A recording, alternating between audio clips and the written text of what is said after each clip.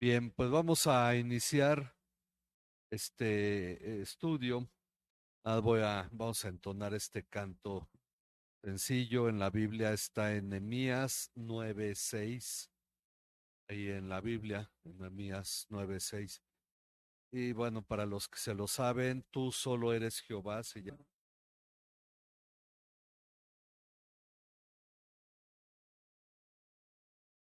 Vamos a orar para iniciar. Alguien que nos guíe en oración, ¿a quién le gustaría orar? Ok, ahí está.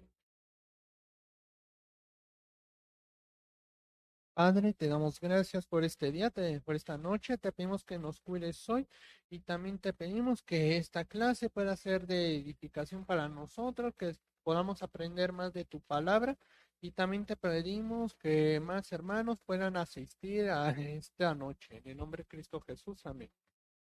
Amén. Amén. Bien, ahí tienen ya las hojas. Vamos a ver entonces el estudio de hoy que está interesante. Bueno, eso confío yo que sea para cada uno. Y hoy vamos a la lección 28. Ok, dice en la hoja de la lección. La lección pasada iniciamos un análisis de las diferencias entre los dos pactos. El antiguo pacto dado por medio de Moisés, manifestado en la ley, y el segundo pacto, basado en la obra redentora de Jesucristo, del cual Él es el mediador. Hoy continuaremos con este análisis de las diferencias entre los dos pactos, que lejos de desacreditar al antiguo pacto, nos debe llevar a entender la magnificencia de la gracia de Dios derramada sobre nosotros en el nuevo pacto. Es decir, cuando hacemos esta comparación, no se trata de hablar mal del antiguo pacto. No es la intención, ni es la intención de la carta, ni es la intención del estudio, señalar en qué estaba mal el antiguo pacto y el asunto es entender a la luz del antiguo pacto la grandeza del nuevo pacto. ¿Ok? Entonces, Dios derramó su gracia en el nuevo pacto, también en el antiguo pacto, pero vamos a notar esto. Dice, pues si el antiguo pacto establecía la relación entre Dios y su pueblo y contenía promesas divinas, a pesar de que se basaba en la obediencia humana, cuánto más grandioso no será el nuevo pacto. Es decir, el pacto de Moisés tenía una función, relacionaba al pueblo de Dios con Dios. Entonces, eso funcionaba y eso era importante. Además, dice que contenía promesas de parte de Dios, bendecirlos, darles una tierra, sustentarlos. Todo eso tenía el antiguo pacto. El antiguo pacto, diríamos, era bueno, pero a la luz de eso entendemos la importancia o lo más grande que es el nuevo pacto. Y ese es el punto importante. No es decir, bueno, el antiguo pacto ese no debería haber existido. No, no es ese tipo de situación, sino entender todavía a la luz de este que era un buen pacto, porque el otro es mejor. Ok, entonces dice, eh, dice, bueno, a pesar de que se basaba en la obediencia humana, ¿cuánto más grandioso no será el nuevo pacto que se basa en la perfecta obediencia a Jesucristo, brindándonos una gracia más allá de toda percepción humana? Es decir, todavía ni siquiera alcanzamos a percibir toda la gracia de Dios que nos ha derramado en el nuevo pacto. Y va el siguiente párrafo, dice, por esa razón empezamos viendo que en este nuevo pacto Dios coloca su ley en nuestra mente y la escribe en nuestro corazón, a diferencia de la ley escrita en tablas de piedra. Así que vayamos adelante en este análisis que nos debe llevar a conocer más profundamente a Dios y su gracia para con nosotros. La importancia, el interés de esta carta es principalmente que conozcamos más a Dios. Ok, vamos a leer Hebreos 8, del 10 al 12. En realidad son tres versículos nada más, pero Pues vamos a leer, empezamos con Luis. Hebreos 8, del 10 al 12. Porque este es el pacto que yo haré con la casa de Israel después de aquellos días, dice el Señor. Pondré mis leyes en la mente de ellos y las escribiré sobre sus corazones. Yo seré su Dios y ellos serán mi pueblo. Y ninguno de ellos enseñará a su conciudadano ni ninguno a su hermano, diciendo, conoce al Señor, porque todos me conocerán desde el menor hasta el mayor de ellos, pues tendré misericordia de sus iniquidades y nunca más me acordaré de sus pecados. Ok, entonces, estamos en lo que vimos la semana pasada, empezando a ver en qué consistía el nuevo pacto. Y entonces dice aquí el pacto que nos lleva delante de Dios. Tras anunciarnos que escribirá su ley en nuestra mente y en nuestro corazón, tema que ya vimos en la lección pasada, Dios nos dice que Él será ¿qué? Nuestro Dios. Él será nuestro Dios.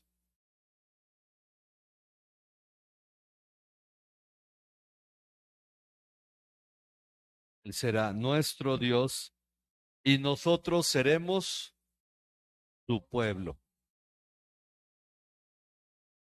Ok, Él será nuestro Dios y nosotros seremos su pueblo. Esta parte es la que nos va a ocupar ahorita este estudio, porque es interesante que estos dos términos, yo seré su Dios, ellos serán mi pueblo, ya venía ocurriendo desde la antigüedad. Dice el punto número 2. Dios es el Dios de su pueblo. Esto es algo señalado constantemente a lo largo del Antiguo Testamento, empezando en Génesis 24:12. Ok, vamos con nuestro hermano Rudy a Génesis 24:12. Y dijo, oh Jehová, Dios de mi señor Abraham, dame, te ruego, el tener hoy buen encuentro y haz misericordia con mi señor Abraham. Ok, este es el siervo de Abraham enviado a buscar esposa para Isaac, este que acabamos de leer, quien en oración pidió a Dios y le dijo, oh Señor Dios de, perdón, sí, Dios de mi señor Abraham. Dios de mi señor Abraham.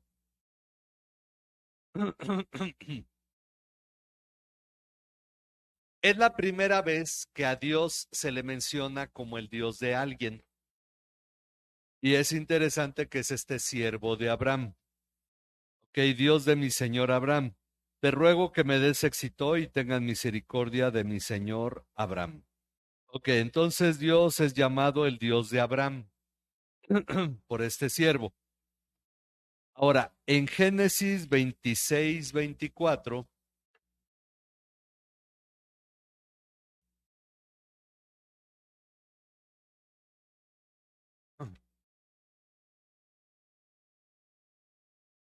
Génesis 26:24. Y se le apareció Jehová aquella noche y le dijo, yo soy el Dios de Abraham tu padre, no temas, porque yo estoy contigo, y yo bendeciré y multiplicaré tu descendencia por amor a Abraham y mi siervo. Ok, entonces en este pacto, Dios mismo, en este pasaje, Dios mismo se presentó a Isaac diciéndole, yo soy el Dios de tu padre Abraham. Ok, yo soy el Dios de tu padre Abraham. No temas porque yo estoy contigo.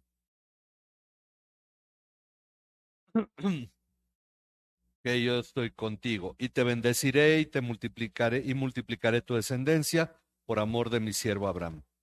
Bueno, este es Dios presentándose con Isaac como el Dios de Abraham. Ahora, asimismo, vamos a ver cómo se presenta en Génesis 28:13. Y he aquí Jehová estaba en lo alto de ella, el cual dijo, yo soy Jehová, el Dios de Abraham, tu padre, y el Dios de Isaac. La tierra en que estás acostado te la daré a ti y tu descendencia.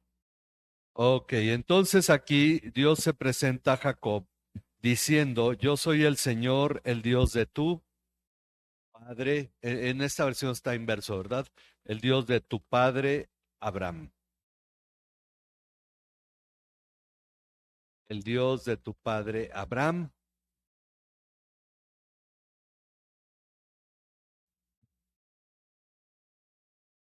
Y el Dios de Isaac, doble A. El Dios de tu padre Abraham y el Dios de Isaac.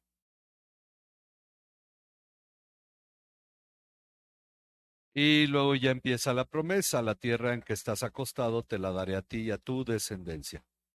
Ok, vemos que aquí ya es Dios quien se está presentando así. En el punto 5 dice, asimismo te presentó a Moisés, ahora vamos a Éxodo 3:6. Éxodo 3:6.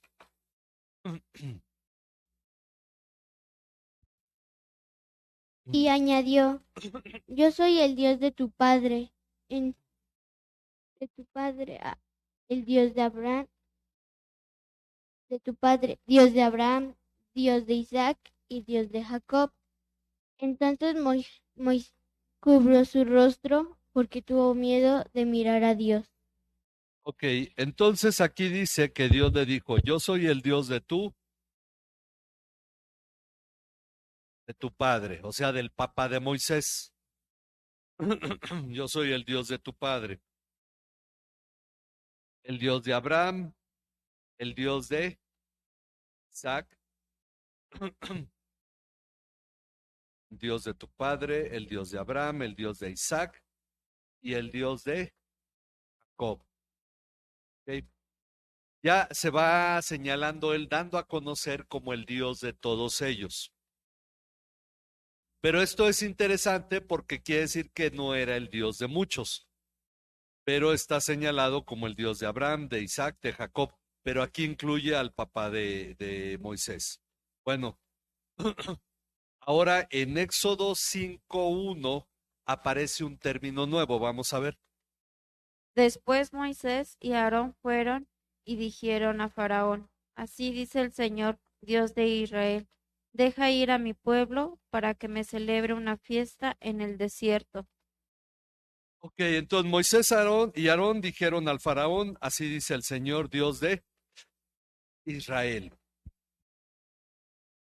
Va tomando ya este título de toda la nación, Dios de Israel, deja ir a mi pueblo para que me celebre una fiesta en el desierto. Ok.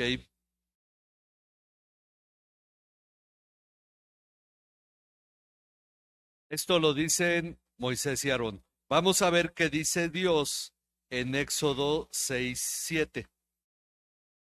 Éxodo 6:7. Los tomaré a ustedes por pueblo mío, y yo seré su Dios. Sabrán que yo soy el Dios, el Señor de su Dios, que los sacó de debajo de las cargas de los egipcios. Ok, entonces ahora Dios ya se está llamando como Dios del pueblo de Israel. Los tomaré a ustedes bueno, pueblo mío, ok. Los tomaré a ustedes por pueblo mío. Yo seré su Dios.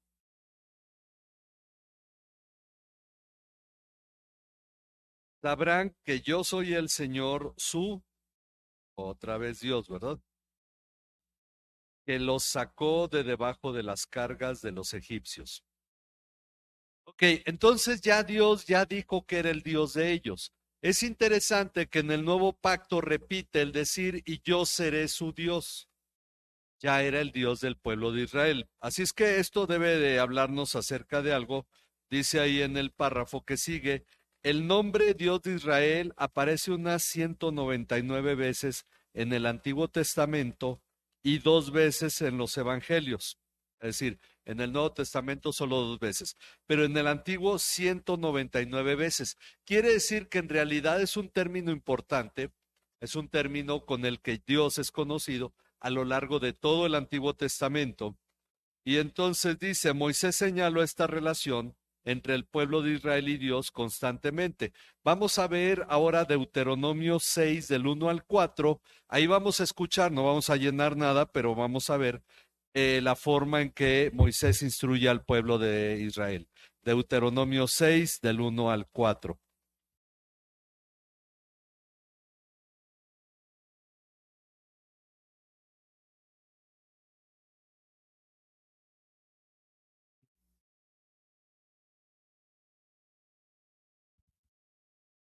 Estos pues son los mandamientos, los estatutos y los decretos que el Señor su Dios me ha mandado que les enseñe, para que los cumpla en la tierra que van a poseer, para, para que te temas al Señor tu Dios, guardando todos sus estatutos y sus mandamientos que yo te ordeno, tú y tus hijos y tus nietos, todos los días de tu vida, para que tú para que tus días sean prolongados. Escucha, pues, hoy Israel, y cuida de hacerlo, para que te vaya bien y te multipliques en gran manera en una tierra que mana leche y miel, tal como el Señor, el Dios de tus padres, te ha prometido. Escucha, oh Israel, el Señor es nuestro Dios, el Señor uno es. Ok. Aquí en los 4 versículos lo llama de estas maneras. Dice, donde habla del Señor como su Dios, habla en plural, su Dios, el de ustedes. Luego dice, tu Dios, el tuyo, hablando de manera personal, individual. Luego, el Dios de tus padres en el versículo 3. Y en el versículo 4 lo vuelve a llamar nuestro Dios. El Señor nuestro Dios, uno es. Entonces vemos que hay una relación del pueblo de Israel con Dios en la que Él es el Dios de ellos, ellos son el pueblo de Él. Dice, pero por alguna razón esta relación se menciona de nuevo en el nuevo pacto. Pues ahora, ser el pueblo de Dios y que Él sea nuestro Dios implica mucho más. Y esto es una de las grandes diferencias entre pactos que debemos considerar tal como lo hacemos en el curso 1. Los que han tomado el curso 1 les ha tocado ver sobre esto. Y vamos a recordar un poco. Vamos a Génesis 12:1. Seguimos con Luis, ¿verdad? Génesis 12:1.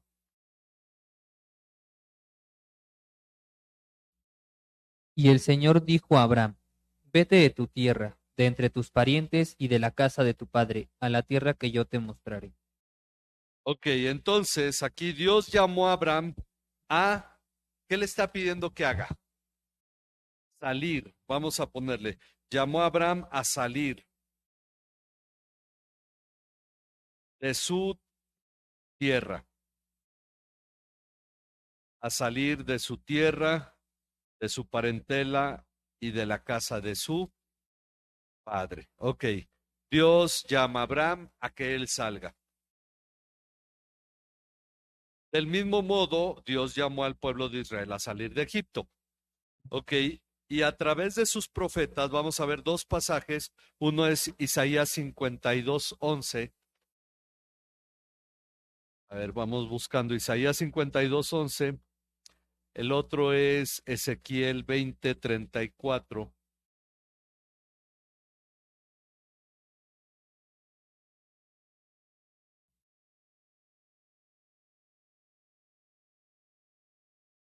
La salvación de nuestro Dios. Ah, no. Apártense, apártense, salgan de allí. Nada inmundo, toquen, salgan de en medio de ella, purifíquense.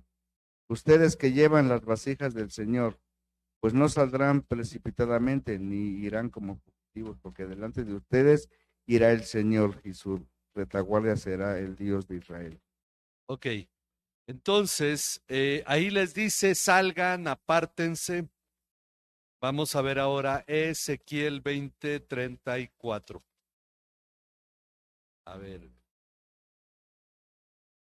Ezequiel 20:34.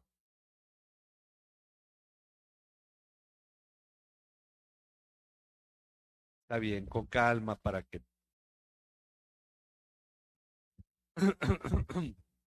Los sacaré de entre los pueblos y los reuniré de las tierras donde están dispersos con mano fuerte, con brazo extendido y con furor derramado. Ok, en Isaías dice salgan, aquí dice los sacaré. Luego vamos a Ezequiel 20:41. Ezequiel 20:41.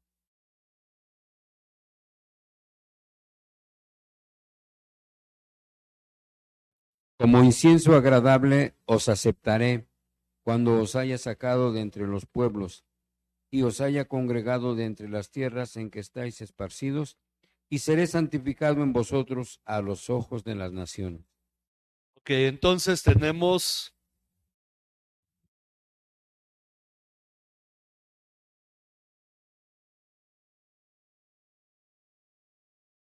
verbo salir, sacar. Es lo que Dios manda a Abraham a que salga de su tierra.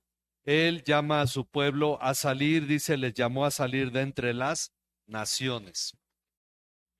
En los tres pasajes es lo que está señalando entre los demás pueblos. Significaba que ellos debían vivir de una manera distinta, no hacer la misma forma de vida que las otras naciones. Ok, pero continúa, dice, del mismo modo Jesús ahora nos ha llamado a salir. Vamos a ver Juan 15:19.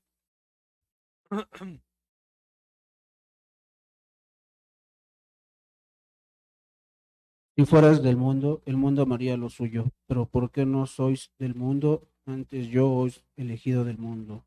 Por eso el mundo os aborrece. Ok, entonces Jesús hace una distinción aquí. Si ustedes fueran del mundo,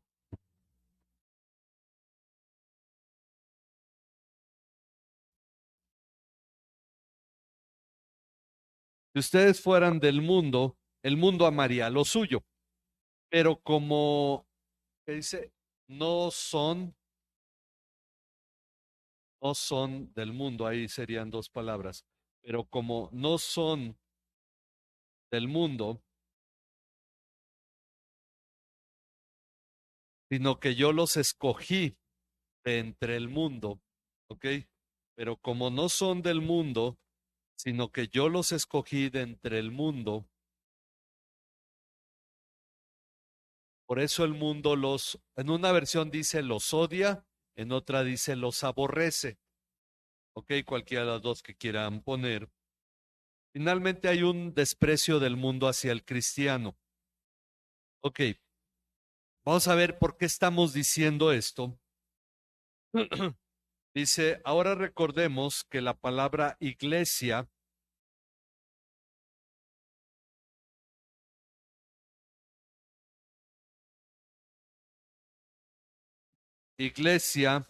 eh, viene del griego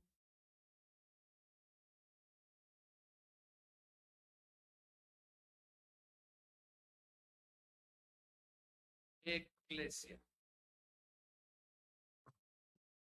Ok, viene del griego eclesia, que se compone en realidad de dos palabras. La primera es, como dice aquí, que significa salir o dejar de ser. Nosotros, transliterado al español, esta palabra es ex, de extraer, el expresidente, el ex compañero. ¿Qué significa? Que ya no es. Por eso dice salir o dejar de ser. ¿Ok? De ahí viene en términos como exterior. Y bueno, salir o dejar de ser. La segunda parte es clesia. Proviene de un verbo que es el verbo llamar. ¿Ok? Y clesia significa llamados. Es decir, llamados a salir o dejar de ser. Ese es el significado de la palabra eclesia.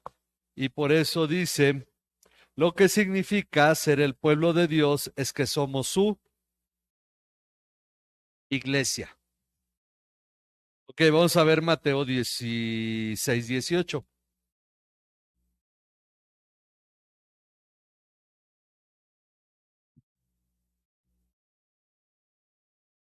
Mateo 16, 18.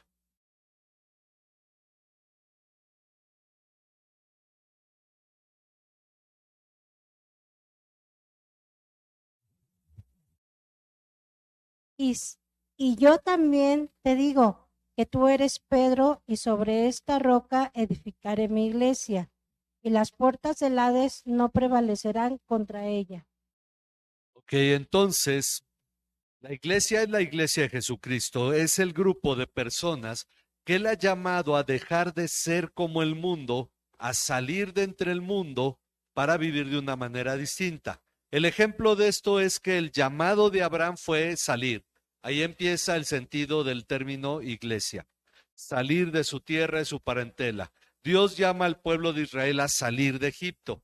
Luego, cuando son un pueblo que se está revolviendo con las demás naciones, los llama a salir de entre las naciones, a ser un pueblo diferente, y nuevamente es el sentido de iglesia. Después Jesús, al hablar de su iglesia, le dice a los discípulos que Él los escogió de entre el mundo y ya no son del mundo. Ese es el punto del término iglesia, dejar de ser o llamados a dejar de ser, llamados a salir. ¿Ok? Esta es una de las cosas. Entonces tenemos el término iglesia. Luego vamos a Efesios 2, 19 al 22. Efesios 2, 19 al 22. Así que ya no sois extranjeros ni bendecidos, sino conciudadanos de los santos y miembros de la familia de Dios, edificados sobre el fundamento de los apóstoles y profetas, siendo la principal piedra del ángulo de Jesucristo mismo, en quien todo el edificio bien coordinado va creciendo para ser un templo santo en el Señor. Ok, entonces, perdón, el último versículo, el 22 también.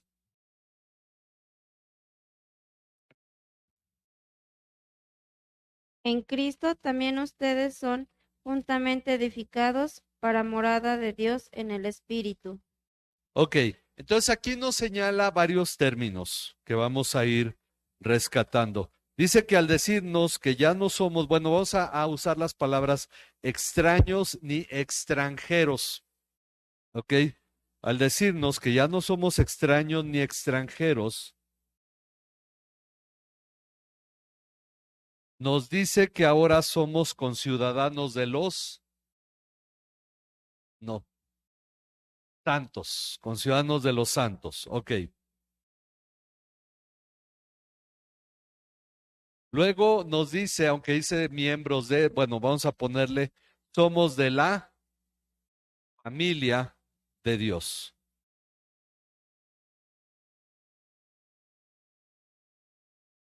Somos de la familia de Dios. Además, bueno, dice, además somos un edificio, porque ya luego empieza a hablar del edificio, cimentado sobre el fundamento de los, ahora sí, apóstoles y profetas. La semana pasada vimos que el término se refiere a que los apóstoles también son profetas, porque si se refiriera a los profetas del Antiguo Testamento y apóstoles del Nuevo, diría a los profetas y los apóstoles, pero dice los apóstoles y profetas. Entonces, por el sentido que se escribe en el griego, se da la comprensión de que está dando prioridad a apóstoles, pero no hace una división al decir y los profetas, sino apóstoles y profetas. Entonces los llama profetas a los apóstoles, del cual Cristo Jesús mismo es la piedra angular de este edificio, y que va creciendo para ser un,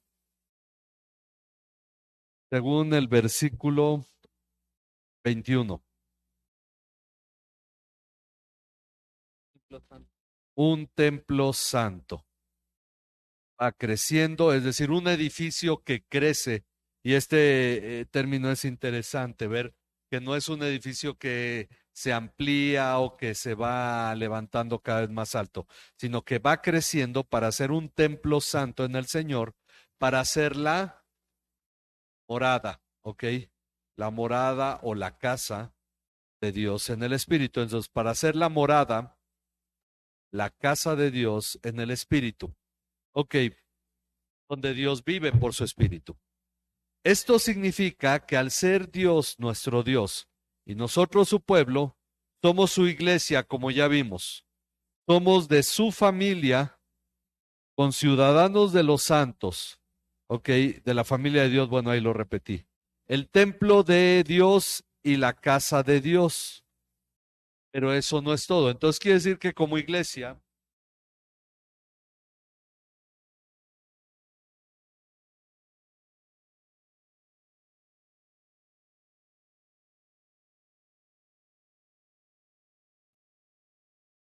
somos el templo de Dios, la casa de Dios, la familia de Dios. Esto es lo que implica ser el pueblo de Dios.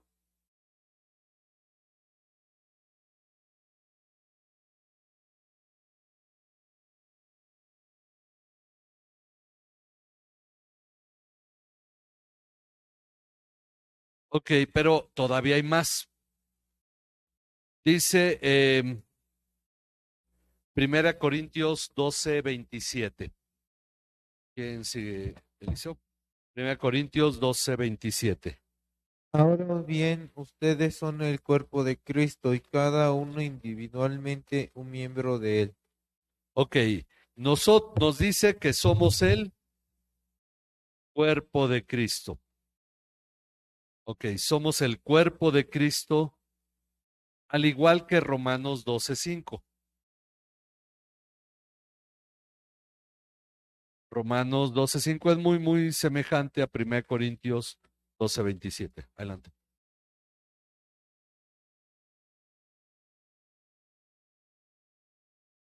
Así nosotros, que somos muchos, somos un cuerpo en Cristo e individualmente miembros los unos de los otros. Ok, entonces somos un cuerpo en Cristo, somos miembros los unos de los otros.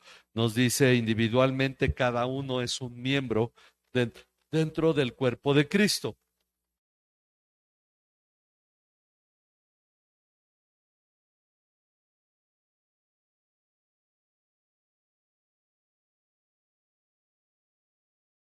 Ok, entonces vamos teniendo un panorama más amplio de lo que es ser el pueblo de Dios. Bueno, vamos a ver Efesios 5:23.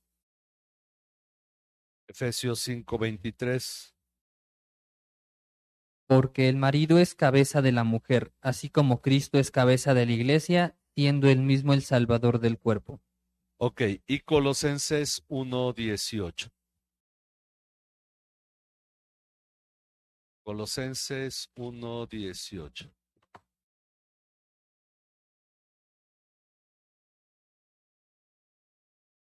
Yo creo más para...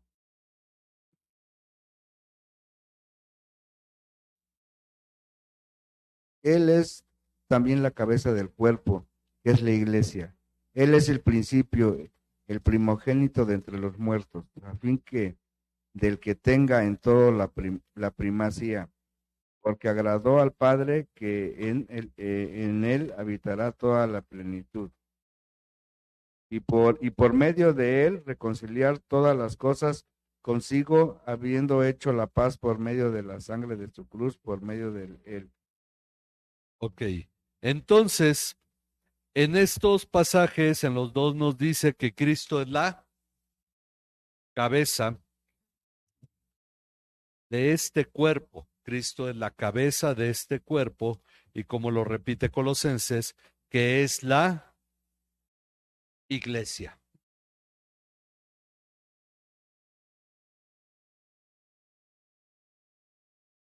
Cristo es la cabeza del cuerpo, Cristo es la cabeza de la iglesia. Vamos a ver primera los Corintios 3:16. ¿No sabéis que sois templo de Dios y que el Espíritu de Dios mora en vosotros? Ok, entonces, al ser el templo de Dios, cosa que ya vimos, el Espíritu Santo habita o mora en nosotros. En nosotros como iglesia, en nosotros como cuerpo de Cristo. Este es en manera general, en nosotros como cristianos. Ok, luego 1 Corintios 6:19. ¿Ignoráis que vuestro cuerpo es templo del Espíritu Santo, el cual está en vosotros, el cual tenéis de Dios y que no sois vuestros? Ok, el pasaje es más específico en cuanto a que el templo de Dios es. ¿Cuál es el templo del Espíritu de Dios? Nuestro cuerpo. Nuestro cuerpo. Luego tenemos 2 Corintios 6:16.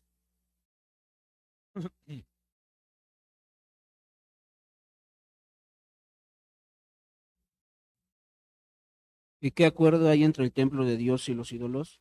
Porque vosotros sois el templo de Dios viviente. Como Dios dijo, habitaré y andaré entre ellos, y seré Dios, y ellos serán mi pueblo. Ok, entonces aquí pregunta, dice, de hecho nos recuerda esta parte del nuevo pacto al decir, ¿qué acuerdo tiene el templo? Ok, ¿qué acuerdo tiene el templo de Dios con los ídolos? Es el punto del por qué somos llamados a salir del mundo. ¿Qué acuerdo tiene el templo de Dios con los ídolos? Porque nosotros somos ¿qué somos? El templo, ¿ok? Del Dios vivo.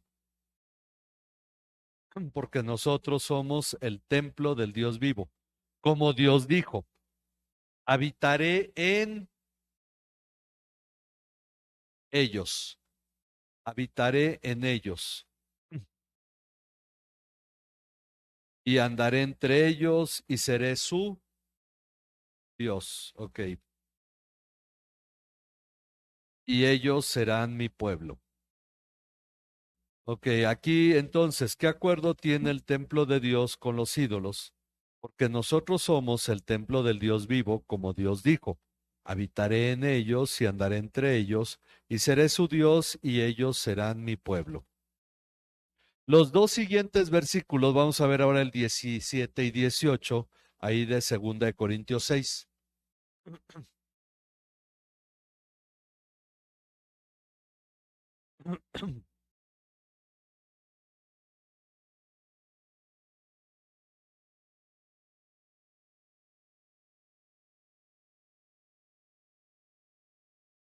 Segunda de Corintios 6, 17 y 18. Por lo cual, salid en medio de ellos y apartaos, dice el Señor, y no toquéis inmundo, y yo os recibiré. Seré para vosotros por padre, y vosotros me seréis por hijos e hijas, dice el Señor Todopoderoso. Ok, entonces dice, y los dos siguientes versículos nos aclaran más sobre esta relación en el nuevo pacto.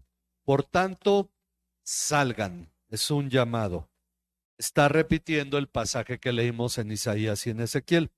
Por tanto, salgan de en medio de ellos y apártense o apartaos, dice el Señor. Nuevamente el sentido de iglesia. Y no toquen lo inmundo, y yo los recibiré. Yo seré un padre, ¿ok? Yo seré un padre para ustedes, y ustedes serán para mí hijos e hijas, dice el Señor Todopoderoso.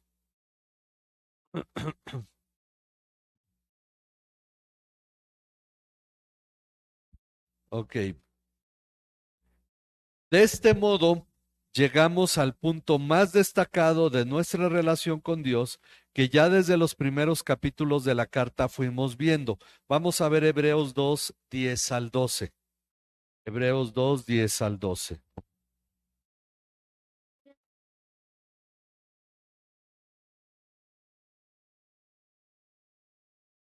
porque convenía aquel por cuya causa son todas las cosas, y por quien todas las cosas subsisten, a bien de llevar muchos hijos a la gloria, perfeccionarse por aflicción al autor de la salvación de ellos, porque el que santifica y los que son santificados de uno son todos, por lo cual no se avergüenza de llamarnos hermanos, diciendo, anunciaré a mis hermanos tu nombre en medio de la congregación, te alabaré. Ok, entonces dice, llegamos al punto más destacado de nuestra relación con Dios, que ya desde los primeros capítulos de la carta fuimos viendo, y este es ser hijos de Dios. Cuando dice que llevando muchos hijos de la gloria, perfeccionó a Jesús, quien nos llama hermanos, es el sentido de ser hijos de Dios.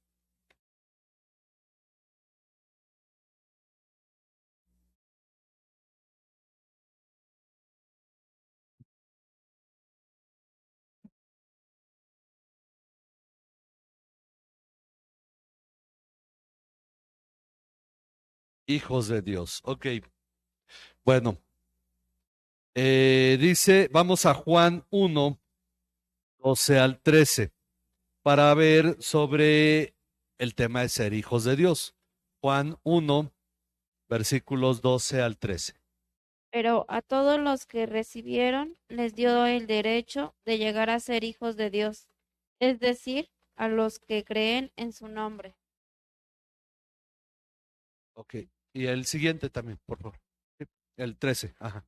Que no nacieron de sangre, ni de voluntad de la carne, ni de la voluntad del hombre, sino de Dios. Ok, este pasaje nos explica cómo llegamos a ser hijos de Dios. Dice entonces, pero a todos los que lo recibieron, todos los que recibieron a Jesucristo, les dio el derecho de llegar a ser hijos de Dios. Recibir a Cristo es finalmente aceptar que lo que Él dice es verdad y por eso aclara, es decir, a los que creen en su nombre. O sea, todos los que lo recibieron les dio el derecho de llegar a ser hijos de Dios, es decir, a los que creen en su nombre, que no nacieron de sangre, ni de la voluntad de la carne, ni de la voluntad del hombre, sino de Dios. Uno nace de nuevo, uno tiene este nuevo nacimiento por el deseo, por la voluntad de Dios. Vamos a verlo en Primera de Pedro 2:13. ¿Cómo es que nacimos de nuevo? Ok, primero que necesitamos para llegar a ser hijos de Dios, luego habla del nuevo nacimiento. Primera de Pedro 2:13. Sométanse por causa del Señor a toda institución humana, ya sea al rey como autoridad. Ok, espérame, entonces creo que tengo mala cita. Si es Primera de Pedro 2:13. Sí, perdón, debía ser Primera de Pedro 2:23. Y quien cuando lo ultrajaban, no respondía ultrajando, cuando padecía no amenazaba, sino que se encomendaba a aquel que juzga Perdón, con... es 1:23. Ya aquí corrijo. Primera de Pedro 1:23. Pues han nacido de nuevo, no de una simiente corruptible, sino de una que es incorruptible, decir mediante la palabra de Dios que vive y permanece. Ok, sí, se me volteó el 2 y el 1. Ok, Primera de Pedro 1:23, si quieren ahí marcarle, corregirle. Ok, este pasaje nos dice cómo es que hemos nacido de nuevo al decir, pues han nacido de nuevo, o en la Reina Valera dice, siendo renacidos, renacido, regenerado, volver a nacer, son términos semejantes, ¿ok? Hemos nacido de nuevo al decir, pues han nacido de nuevo, no de una simiente corruptible, una simiente corruptible. Corruptible significa que se echa a perder, sino de una que es incorruptible. ¿Ok? Es decir, mediante la palabra de Dios que vive y permanece. Este asunto, este tema es interesante, aunque no me extendí aquí mucho, pero en realidad es por la palabra de Dios, de acuerdo a esto, que nacemos de nuevo. Y nos dice que no de una simiente corruptible, nuestro primer nacimiento es de una simiente corruptible. ¿A qué se refiere? Corruptible significa que se va descomponiendo. Eso es corromper, la corrupción es algo que se va descomponiendo. Nuestro cuerpo se va descomponiendo con los años. Envejecemos, nos vamos desgastando, nuestro cuerpo va envejeciendo. Esta simiente de la que nacimos, que nos heredaron nuestros padres, es corruptible. Pero hemos nacido de una simiente que no se corrompe, no se echa a perder. No nos la pudieron dar nuestros padres porque si no, sería corruptible. Esta nos la ha dado Dios, porque es donde está la simiente incorruptible. Ahora, esto por medio de la palabra de Dios. La salvación viene por escuchar la palabra, porque escuchar la palabra es lo que produce fe en nosotros para creer en Cristo. Ok. Dice entonces, al ser templo de Dios, donde su espíritu habita, vamos a ver Romanos 8, 15 al 16. Pues ustedes no han recibido un espíritu de esclavitud para volver otra vez al temor, sino que han recibido un espíritu de adopción como hijos, por el cual clamamos, Abba Padre, el espíritu de que somos hijos de Dios. El espíritu mismo da testimonio a nuestro espíritu que somos hijos de Dios. Ok.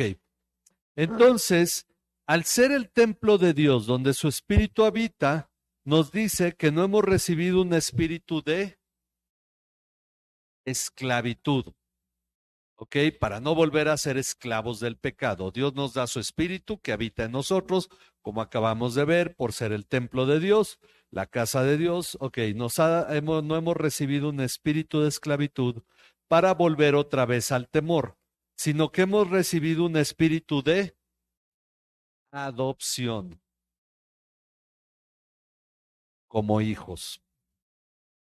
Un espíritu de adopción como hijos, por el cual clamamos Abba Padre. Abba significa padre en hebreo, pero en esta relación que había entre el griego y el hebreo, en los tiempos de Jesús ya se usaba Abba Pater, que era la forma en que los niños se referían a sus padres y era una forma íntima que hoy es comparable a decir papá o papito. Entonces, Abba Padre es la forma íntima de llamar a Dios. Por tanto, el Espíritu mismo da testimonio, el Espíritu de Dios le da testimonio a nuestro espíritu de que somos hijos de Dios. El Espíritu mismo le da testimonio a nuestro espíritu de que somos hijos de Dios. Que es importante ser conscientes de todo lo que implica ser el pueblo de Dios y que Dios mismo sea nuestro Dios, por lo que acabamos de ver ahorita. Pues mucha gente vaga por esta vida agradeciendo a la vida y a la suerte o al destino e incluso al karma todo lo que les ocurre. No se preocupan por conocer a Dios a través de su palabra, ni les interesa conocer su voluntad y mucho menos vivir de acuerdo a ella. Pero piensan que Dios es en verdad su Dios. Y al llegar al día de su muerte, en su funeral, todos creen que tales personas están en el cielo. Esto tal vez sea lo más triste respecto al sentido de la vida de muchas personas. Es decir, ¿cuántos no piensan, soy cristiano, bueno, o Dios es mi Dios, pero jamás lo busco, no entiendo o no vivo nada de esto, porque en realidad no han nacido de nuevo? Vamos a hablar sobre el nuevo nacimiento un poco más en la siguiente lección. Pero al haber creído en Cristo, haberle recibido como Salvador, estamos en el nuevo pacto y somos hijos de Dios, así como todo lo que hoy hemos visto. Es decir, el punto real que hace la diferencia es creer en Cristo. ¿Por qué? Porque Él es el mediador de este nuevo pacto. El pueblo de Israel podía tener una aceptación psicológica de Dios. Dios mandó esto, no lo hago. Dios ordenó que no hiciera esto, no lo voy a hacer y lo cumplo. Simplemente lo acepto, mas no significa que yo crea. El punto en el nuevo pacto es creer. Por eso ya vimos que en el capítulo 3 dice que el pueblo que salió de Egipto, todo lo que vieron de Dios, todas sus maravillas, no les aprovechó en nada por no haber ido acompañado de fe. Nosotros tiene que haber fe. ¿Y qué significa? Creer que Cristo en verdad es nuestro sumo sacerdote, que dio su vida por nuestro pecado para darnos una relación real con Dios. Y entonces nos convierte en todo esto, que hoy vemos que somos al tener esta comunión con Dios. Él es nuestro Dios, nosotros su pueblo. No sé si hay alguna pregunta. ¿No? ¿Queda claro entonces? ¿Vamos bien? Por eso vamos con calma para no revolvernos. Confío en Dios que estemos siendo explícitos en todo esto. Ok, pues vamos a orar para terminar. Vamos a orar, dar gracias a Dios por Roque. ¿Está bien entonces? ¿Solo golpeado?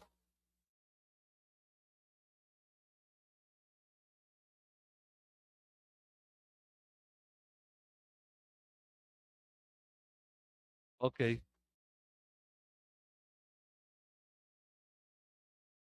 Ah, ok, entonces ya va para su casa, ya está en su casa. Ok, bueno, pues gracias a Dios que solo fue eso, ¿verdad? Bueno, pues vamos a orar, vamos a darle gracias a Dios por esta eh, gracia que Él manifestó sobre la vida de Roque y de Jacqueline, ¿verdad? Y pues vamos a orar por todos, vamos a ponernos en las manos de Dios. Padre, agradecemos, Señor, tu cuidado para con nosotros, para nuestras vidas. Sabemos, Señor, que el alimento lo tenemos porque tú lo has provisto y tú nos permites disfrutar del fruto de nuestro trabajo, Señor, cuando tomamos el alimento. Gracias, Padre, por tu bondad, por tu misericordia. Gracias porque has sido bueno al guardar a Roque, Señor, y permitirle a él, Señor, el salir sin mayor consecuencia de este accidente que él tuvo, Señor. Gracias, Padre, por la vida de él, de Jacqueline, los ponemos en tus manos y te pedimos que obres en ellos, Señor, para que te conozcan cada vez más, Señor. También ponemos en tus manos a cada uno de los que estamos hoy presentes, tanto aquí físicamente como por internet, por cada uno de los hermanos que en donde están viendo esta transmisión, Señor, han dispuesto su corazón para estudiar tu palabra. Gracias, Padre, por permitir a cada uno de nosotros el ser sustentados, el tener todo lo necesario y sobre todo el tener salvación en Cristo. Te pedimos que tu gracia abunde en nuestras vidas, en nuestros corazones. No te apartes de nosotros y cumple tu voluntad en nosotros, Padre. Gracias por todo tu amor, por toda tu bondad. Nos ponemos en tus manos, Señor, y te pedimos que sigas haciendo tu obra sobre cada uno de nosotros. A ti sea la honra y la gloria en Cristo Jesús, nuestro Señor y Salvador. Te pedimos, Padre, por la actividad del sábado y por toda la iglesia, Señor, lo que hemos de llevar a cabo también el fin de semana, el domingo, Señor, y que tú nos guíes en todo, Señor, en el nombre de tu Hijo Jesucristo. Amén. Amén. Nos despedimos todos los que nos ven por internet, que Dios les bendiga y les esperamos el siguiente miércoles para continuar el estudio.